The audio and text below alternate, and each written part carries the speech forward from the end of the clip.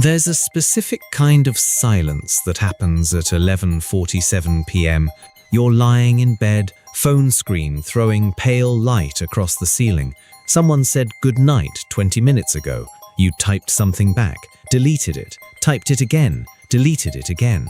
Not because you didn't feel anything, because you felt too much and you didn't know what to do with that. Here's the paradox nobody tells you about. The men who seem the most unavailable are often the ones who feel the deepest, not the coldest hearts, the most overwhelmed ones. You've been called a lot of things: guarded, non-committal, just not ready, maybe even selfish. But what if none of that is the real story? What if the thing everyone reads as indifference is actually a nervous system working overtime to protect something it once lost? Stay with that question. We'll come back to it, because there's something else buried in this, something most people never say out loud. Some of the men who run fastest from commitment are the ones who wanted it the most once, before it cost them something. What did it cost you? You don't have to answer that yet, but by the end of this, you might. Here's what commitment actually looks like from the inside if you're one of these men. It's not a door slowly opening, it's a door that used to be open until one day it wasn't, and nobody fully explained why. So now every time a door starts to open, some part of you flinches before it even swings. You'll tell yourself it's timing. You'll tell yourself she's not the one. You'll tell yourself you're just focused on work, on yourself, on not being ready. And maybe some of that is true, but underneath the reasons, the real reasons, the ones that live below language, there's usually something quieter, something that sounds less like logic and more like an old alarm bell. Don't get too close. Closeness is where the losing happens. You didn't choose that belief, you built it. Somewhere, at some point, closeness taught you a lesson you never asked to learn. This isn't about blame, not toward you, not toward anyone who came before you. This is about understanding the architecture, the invisible blueprint running underneath every "I'm not ready" you've ever said. Because here's the truth this video is going to walk through, slowly, carefully. Commitment phobia isn't the absence of love, it's love that's been taught to protect itself.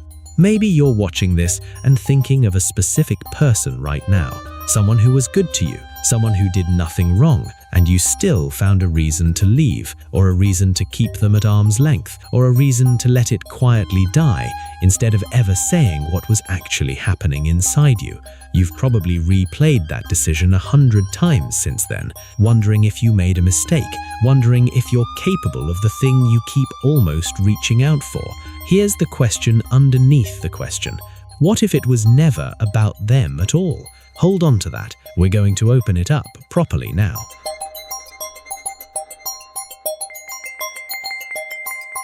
Let's step out of the poetry for a second and look at the mechanics. There's a framework in psychology that explains more about your dating life than almost anything else: attachment theory. When you were small, before you even had language, you learned how closeness works by watching the people who raised you. Was comfort consistent? Did it show up when you needed it? Did love feel safe? Or did it feel like something you had to earn, predict, or manage? That early blueprint becomes your nervous system's default setting for every close relationship after it, including, decades later, the person you're texting at 11:47 p.m. If closeness in your early life ever felt unpredictable, sometimes warm, sometimes withdrawn, your nervous system may have adapted into what's often described as an avoidant pattern. Not because you don't want connection, because connection once felt like a risk that didn't always pay off. Here's the reframe almost nobody makes. Avoidance usually isn't the opposite of wanting love. It's often what happens when wanting it hurt too much before, so your mind quietly built a system to want it a little less, on purpose, just to survive the wanting. Think of it like a smoke detector. A smoke detector can't tell the difference between a house fire and slightly burnt toast. It only knows one rule: smoke means danger. Sound the alarm. If you grew up in emotional conditions where closeness sometimes led to disappointment, your internal alarm learned the same rule. Now it goes off at burnt toast, a partner getting a little closer, a little more serious, a little more real, because somewhere back there, closeness once meant something worse was coming. This connects to something psychologists call rejection sensitivity, a heightened alertness to any sign, real or imagined, that someone is pulling away. It makes you a brilliant reader of subtext. It also makes you exhausted because you're running threat detection on a relationship that hasn't actually threatened you yet. And there's a third piece, quieter than the other two. Many men were never taught the language of internal experience, not because you're incapable of it, because it was rarely modeled. Somewhere, a boy who cried was told to toughen up. Somewhere, needing something out loud got read as weakness, so you learned to translate feeling into silence, into distance, into "I'm fine." 3 systems, 1 outcome. Closeness starts to feel like danger, and distance starts to feel like safety, even when distance is the opposite of what you actually want. Think back for a second to what love looked like in the house you grew up in, not the version people said out loud, the version you actually watched day after day. Was affection steady, or did it come and go depending on someone's mood? Was conflict resolved, or did it just disappear into silence until everyone pretended it hadn't happened? Was closeness something people leaned into, or something people quietly managed from a safe distance? You didn't consciously study any of that. You absorbed it, like a kid absorbs everything, without permission, without filter, straight into the nervous system. And now, without ever meaning to, you're running some version of that exact model in your own relationships, not because you want to repeat it, because it's the only blueprint anyone ever handed you.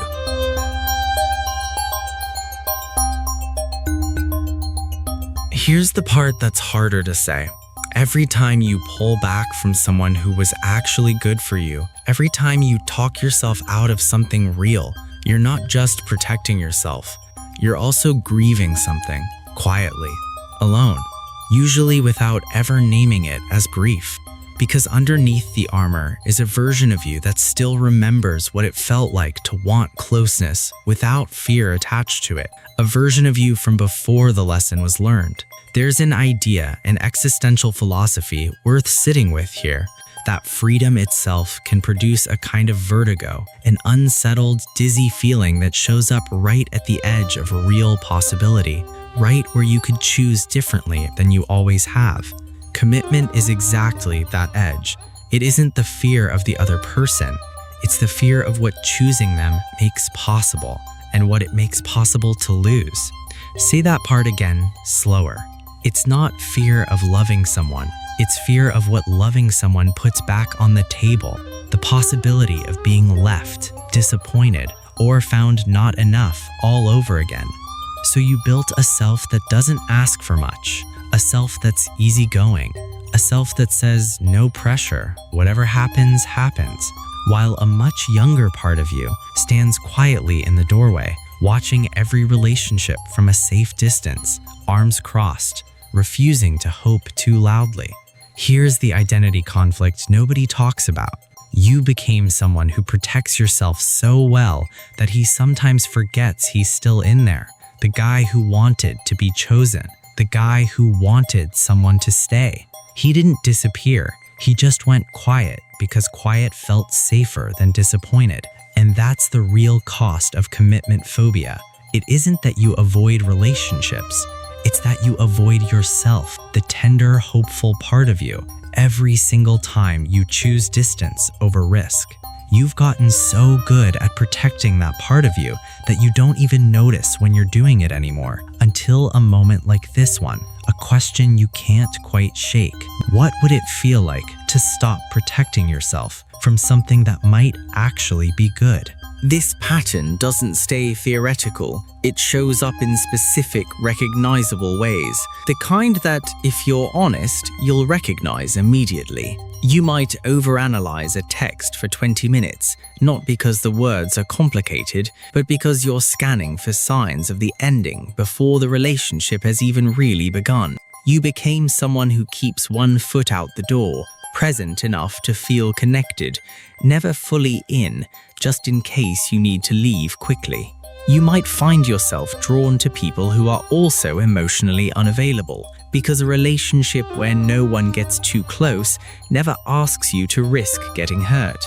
You became someone who goes quiet during conflict, not out of coldness, but because conflict to your nervous system once meant something was ending, so silence feels safer than saying the wrong thing. You might quietly test people, pulling back just slightly to see if they'll notice, without ever naming what you're actually looking for, proof that this time someone stays. You became someone who self-isolates the moment things get serious, suddenly busier, suddenly distracted, suddenly needing space right when a relationship starts asking something real of you. You might build 100 logical reasons why now isn't the right time, why she's not quite right, why you need to focus on yourself. Reasons that are sometimes true, and sometimes just fear wearing a very convincing disguise. Here's the uncomfortable truth underneath all of it. None of this makes you broken. These are adaptations. They made sense once. They kept a younger version of you safe in a situation where safety wasn't guaranteed. The problem was never that you built these patterns. The problem is that you're still running them long after the danger that created them is gone. Maybe you're sitting there right now, mentally checking off which of these are you, 2 of them, 4 of them, maybe all 7. That's not a verdict on who you are. It's a map of what you survived.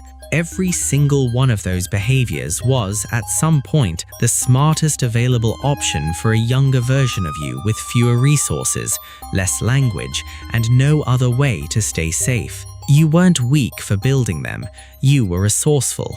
The question now isn't whether you have these patterns. Almost everyone watching this does in some form. The real question is whether you're willing to look directly at them, not to punish yourself, but to finally understand what they were trying to do for you all along. Here's where the tone shifts, because this was never a story about being broken. It's a story about a system that's still trying to protect you a little too well. Healing this doesn't happen through willpower. It doesn't happen by just being more vulnerable overnight, and it definitely doesn't happen by forcing yourself into a relationship before you're ready.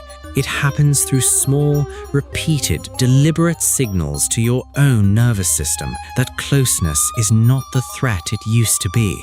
Start with awareness, not judgment. Awareness. The next time you feel the urge to pull away, pause and ask, without shame, is this actually about them, or is this an old alarm going off? That single pause repeated enough times slowly starts to rewire the pattern. Do the inner work with the younger part of you. The version of you that first learned closeness wasn't safe still exists somewhere underneath the armor. He doesn't need you to fix him. He needs you to notice him, to acknowledge that what he learned made sense at the time, even if it isn't serving you now. Build boundaries instead of walls. A wall keeps everyone out equally. A boundary lets people in while still protecting what matters to you. The difference is enormous. One guarantees loneliness, the other makes real closeness possible. Practice emotional regulation before hard conversations, not during them. A few slow breaths before a difficult moment tells your nervous system we are safe enough to stay present for this. Over time, your baseline threat response gets quieter. Learn to say the need out loud, not as a demand, not as an accusation, simply as truth. I'm noticing I want to pull away right now, and I don't fully know why, is one of the most powerful sentences a man can say to someone he's building something with. None of this is instant. None of it is linear. Some days the old alarm will still go off at burnt toast. That doesn't mean you failed. It means you're human, and you're unlearning something that took years to build. Somewhere in the middle of all this healing is a simple, quiet truth worth carrying with you. What you refuse to look at will keep choosing your life for you, and you'll spend years calling it a coincidence. This isn't fate, it's a pattern, and unlike fate, patterns can be rewritten. You were never actually afraid of commitment. You were afraid of losing something the way you lost it before. Those are not the same fear, and understanding the difference is the beginning of everything changing. The version of you standing in that doorway, arms crossed, still watching. He's allowed to walk forward now, slowly if he needs to, but forward. Not because the risk disappears, it doesn't.